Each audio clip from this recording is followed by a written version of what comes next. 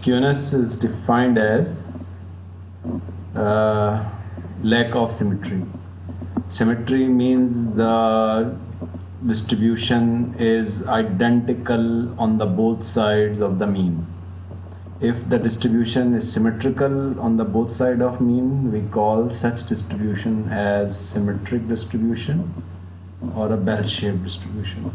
If there is a distortion or there is a lack of symmetry, we use the term skewness. This is positive skewed distribution, this is negative skewed distribution.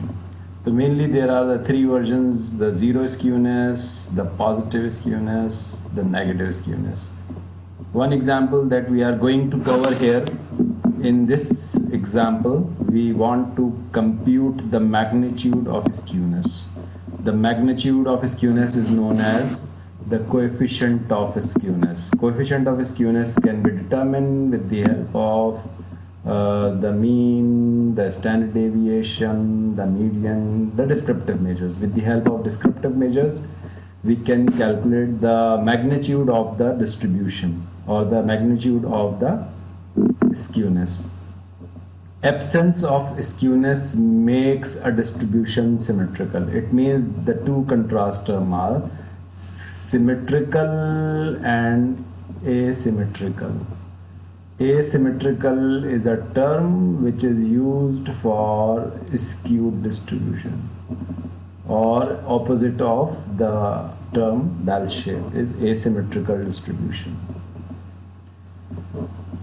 Symmetrical distribution it is, or a bell-shaped distribution, the positive skewed distribution and a negative skewed distribution. In a positive skewed distribution, the box plot indicates box is in exactly center and the median is in exactly center.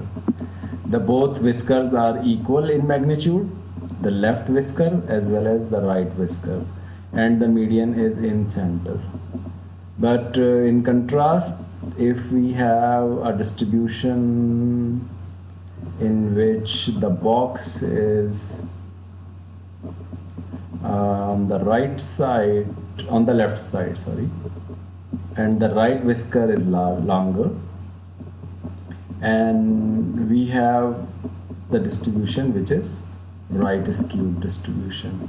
Similarly, if we have a distribution where the left whisker is longer and the box is on the right and the right whisker is smaller, we call it as a negative skewed distribution. So it is one symmetrical, the second one is positive skewed distribution, and the third one is the negative skewed distribution. This is the first one in shapes. This is the second one, which is a positive skewed distribution, and it is third one. So all of you are already familiar with the skewness because this is not the first time we are discussing this topic. And I think it is second time we are discussing it, but why we are considering it again, we are interested to compute the magnitude of skewness here. These are the frequently used shape of the frequency distribution.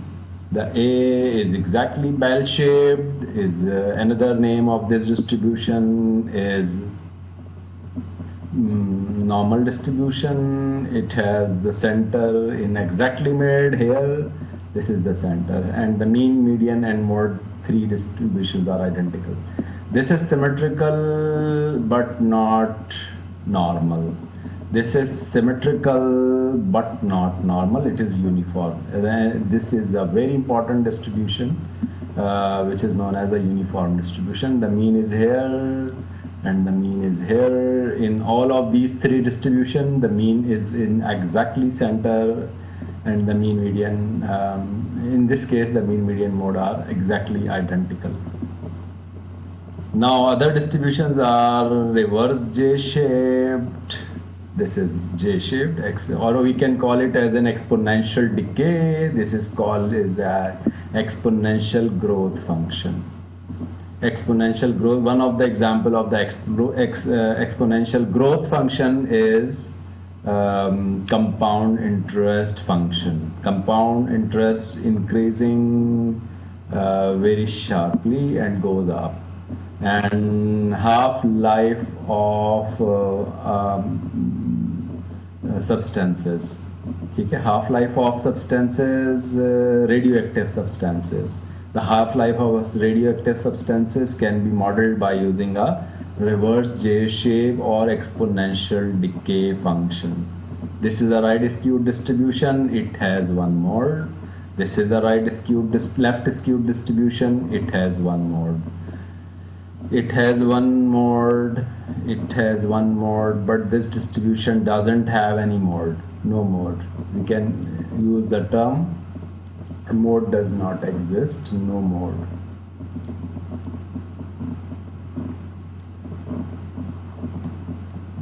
No mode.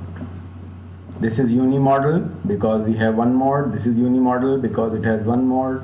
So no mode. It again no mode. It again no mode. These three distributions does not have any mode. These two are unimodal. This is bimodal. The one mode is here. This is the value of mode. The second mode is here.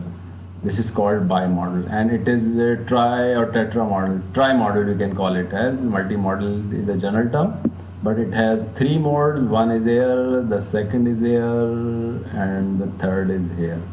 This is called trimodal distribution. So this is the on this slide, statisticians must have a perceptions of these shapes, because whenever someone is constructing a frequency distribution, whenever it is going to smooth the distribution, we have a model in our mind. By looking at any specific model, we have to judge our frequency distribution, and we want to smooth our frequency distribution with the help of these curves. So I'm summarizing this. There's a bell-shaped curve. This is a right triangular shape, is symmetric. All these three are symmetric distribution on the line, symmetric distribution. These three are symmetric distribution. And asymmetrical distribution, these are, but this may also be the symmetric, because at this point we can call it as the shape is identical here, and this may also be the symmetric if the both sides of the center point will be identical in shape. So symmetric means on the both side of the mean the shape is exactly identical. If we fold the shape at this point, suppose if I fold the shape at this point, the both sides will overlap each other.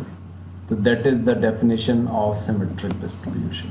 Now coming to the next point, that is many distributions are not symmetrical. They may tail off to the right or tail and to the left, and such said to be the skewed.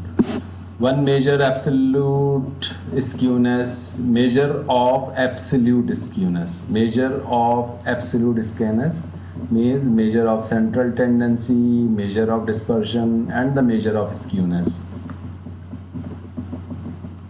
A difference between the mean and mode, a measure of such would not be true, meaningful, because it's depend on the units of measurement. This is the coefficient of skewness. Coefficient means unit free. There will no unit in that. If the data is in centimeters, then Pearson coefficient of skewness does not have any unit. It is unitless. Similarly, correlation is unitless. Covariance is not unitless, but correlation is unitless, because in correlation the unit will be cancelled out. Similarly here, if mean is in centimeter, the mode is in centimeter, and standard deviation is in centimeter, then all will be cancelled out, and we can call it as a unitless measure. So you can easily compute the mean minus mode upon standard deviation. In the next exercise, we have to find the coefficient of skewness using the Pearson formula of this data set. This data set indicates the income of labor, daily income. Okay? Income of daily labor. 40 to 50, 3 frequency.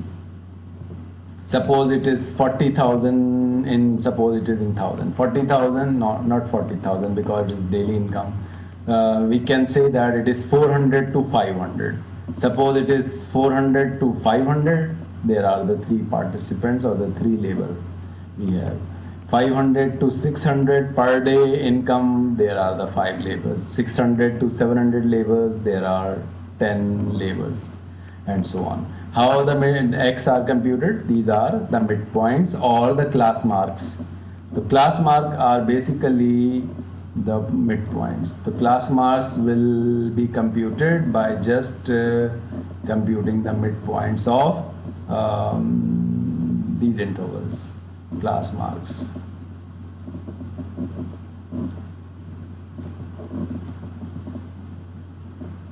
Class marks 40 plus 50 divided by 2. 50 plus 60 divided by 2. This is the way by which we can compute the class mark. Now all the data I am taking from here and will place into OneNote. And in OneNote, I will do the remaining calculations. In OneNote, we have to insert an Excel file, new Excel sheet. In this Excel sheet, I want to place the entire data in this Excel sheet and just double click here and take all these columns from here and will be placed in the Excel sheet. The Excel sheet will be open in a separate window, but it is a part of this OneNote sheet. This is the way by which we are placing now frequency and the X. Now what is to be needed? We have to compute mean, the mode, the standard deviations. 3 items are required. All of you are familiar with the steps of mean, mode, and standard deviation. We are doing to complete this with the help of a frequency distribution. The mean can be computed in a frequency distribution by just computing fx. Fx is the column which is needed for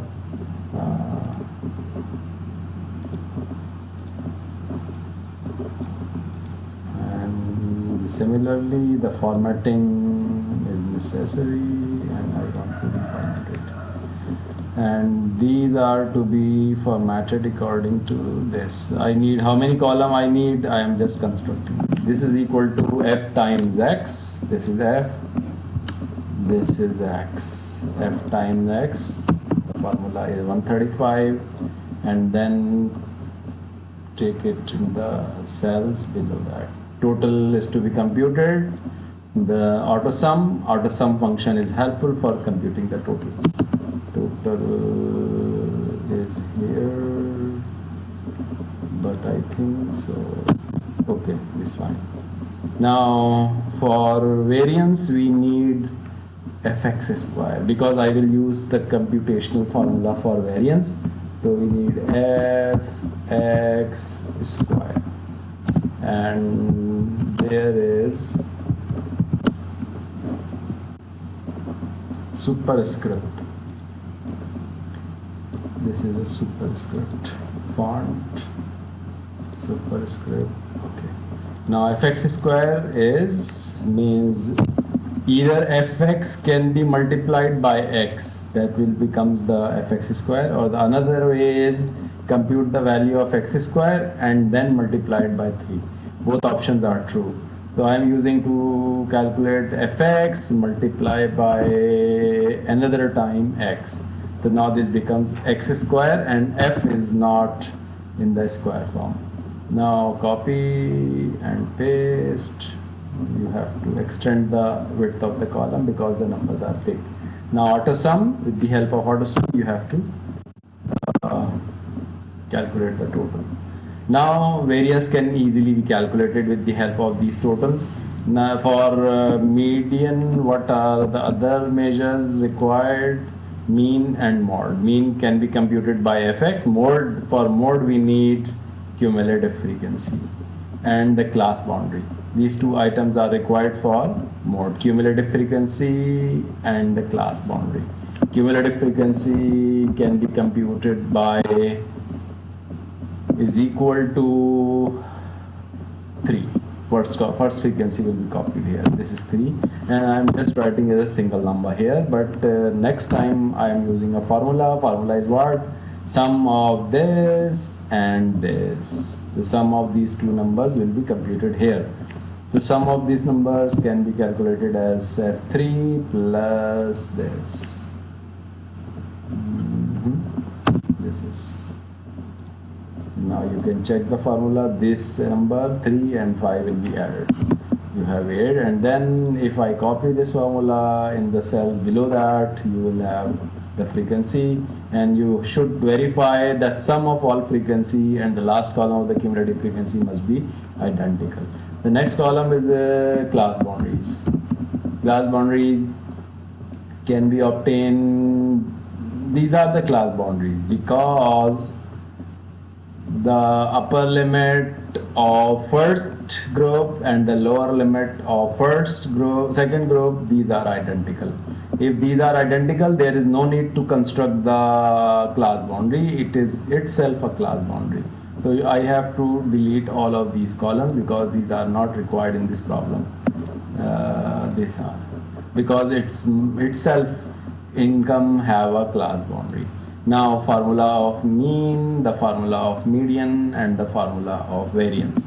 Mean and variance can be simply computed. The mean, I'm just going to reformat the cells here. These cells. Mean. Formula of mean is equal to summation of fx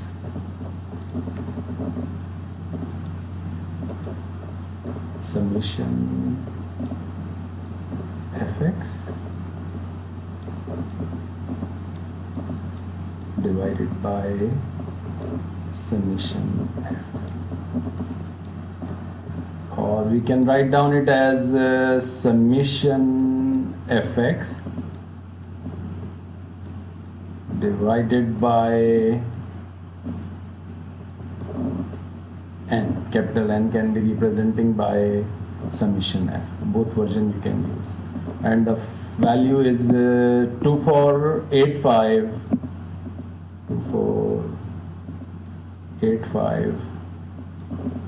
divided by 35.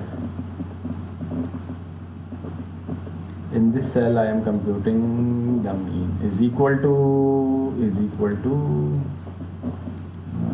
here is equal to 485 divided by 35. This is now mean. Okay, this is not 35. It is n is equal to 35 means is not treating it as a number, is treating as a string. So I have to redefine, instead of b10 I have to write down 35 here as number, because so the average income per day is 7,100 rupees. That is the mean. Now we are interested to compute variance. Variance can be computed by variance is equal to summation fx square square is only on x, divided by n minus mean square. Mean is this. This is mean.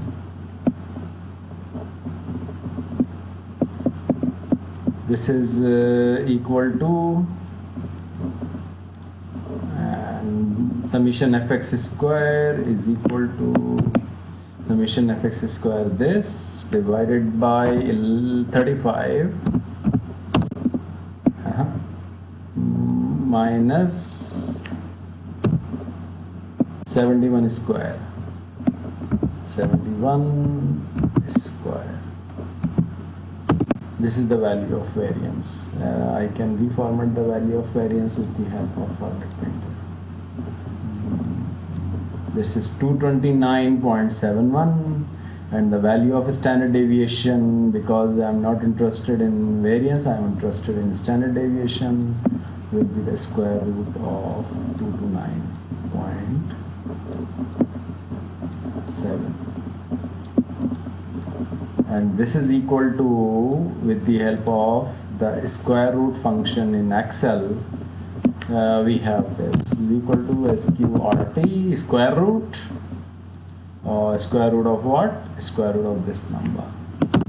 It is 15.16. If the data is in rupees, 100 of rupees, this is 100 of rupees. 1500 rupees is the standard deviation. While if we are interested in this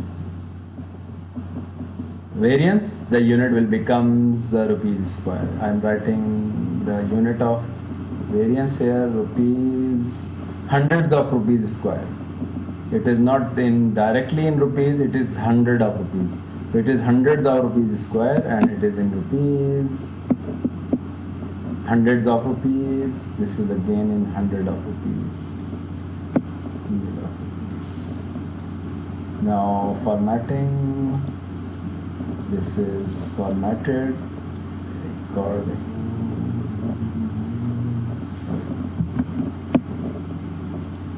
formatting. This is 15 point something. Now I am just taking it from here and replacing it at this one, 75 rupees. Now conclusion is the standard deviation is 15.16 rupees, hundreds of rupees, and the mean is 7100 of rupees, and the variance is 229.7 in the bracket hundreds of rupees square. This is the unit of variance. Now we are going to compute the mode. How the mode is computed, I am just placing all these things into one note. I think in one note we have this. Now in one note I am just going to take this out because it will not be properly matched. Placing it here. Now mode will be computed on the right side. I took all of this material with the help of the pen in Zoom. If I use the pen of OneNote, then it will be scrollable, but this is not scrollable right now. The reason is this is not the part of OneNote, this is the part of Zoom annotation. So there is an option you can switch to the, I'm just erasing this. Now conclusion is there, the mean is this, the standard deviation is this. I'm just erasing this part because this part is making non-scrollable things here. And I am just erasing, clear my drawings, clear all drawings now, it is fine. Now replacing this Excel at the same position where it was. Now it is fine. Now I will use to compute draw. This is summation fx divided by n. N is 35. This is equal to 2485. 2485 divided by 35. It is equal to 71 rupees. This is standard deviation. This is variance. Rupees, hundreds of rupees square, and this is hundreds of rupees in magnitude. Now I am going to calculate the mode. For mode we need class boundaries, and as I told you, the class boundaries already exist. Formula of mode is what? Formula of mode is L plus H into FM, the highest frequency, minus the F1, the previous one, and the F2, which is the following one. 2 times of FM, 2FM, minus F1, minus F2, minus F1, minus F2. These are FM is what? FM is the maximum frequency. L is what? Initially starting by L. L is the lower class boundary. I am just typing it. Lower class boundary. Not typing here because it's the part of Excel. Now lower class boundary of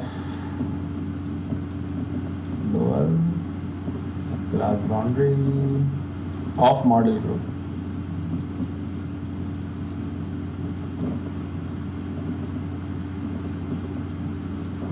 Lower class boundary of model group.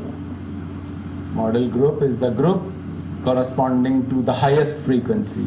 So our highest frequency is 10. So this group is referred to as model group. This group is the model group, and the lower class boundary is 60. So I will use 60 as the value of L. Then we need H. H is the width. Width is, I think so, is 10, 40, 50. The width is 10. And then we need FM. FM stands for the maximum frequency. And the maximum frequency is 10. And the previous one is F1, and the following one is F2. So FM maximum, F1 previous, F2 following. So 10, 5, 8. 10. F1 is 5. And F2 is 8. F2 is equal to 8. Now you can place all the things into the formula of mode. The formula of mode is what this is. The mode is equal, I'm just changing the color of pen, green pen I am using this for the distinction. Lower class boundary is 60. Plus H. H is 10. Then FM. FM is also be 10 minus F1. F1 is 5. Divided by twice FM twice FM. Twice FM is 2 times 10. Minus 5 and minus 8. This is the calculation. And how we can calculate this? We can calculate this by 10 minus 5 is 5. It is 5. 60 plus 10 multiply by, this becomes 5, divided by 20 minus 5, 15, 15 minus 8, 7. This is equal to 60 plus 50 upon 7.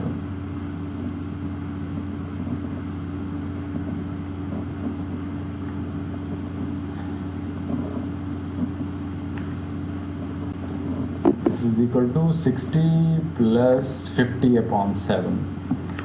50 upon 7. This is the formula, and I should start the formula with the equal to sign. 67.14.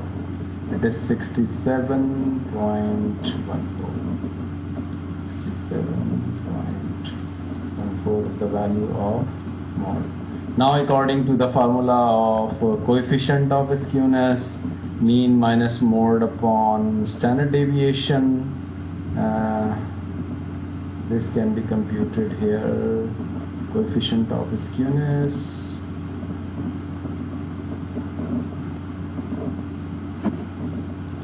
Coefficient of skewness.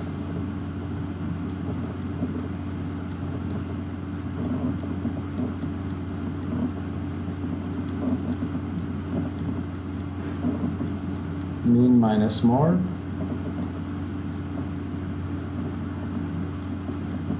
upon standard deviation. Now the value of mean is 71 minus 67.14 divided by standard deviation, and the value of standard deviation is 15.16. 15.16.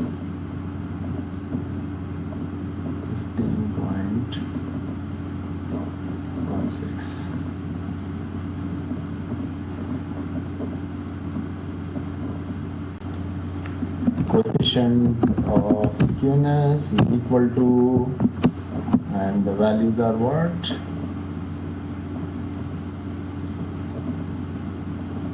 71 is equal to, in the bracket, 71 minus 67.14 divided by 15.16. This is the coefficient of skewness.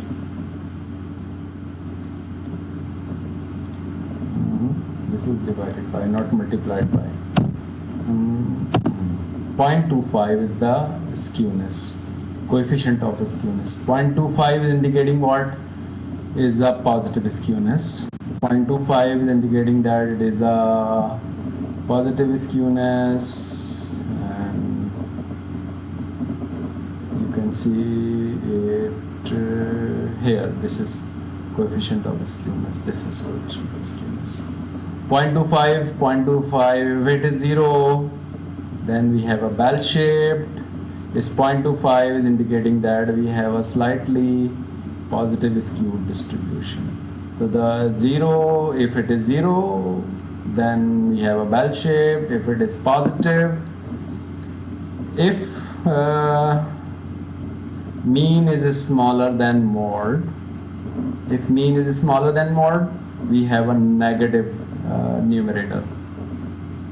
If the numerator is negative, then this number will be negative. If this number is negative, we can call it as a negative coefficient of skewness or the negative skewness.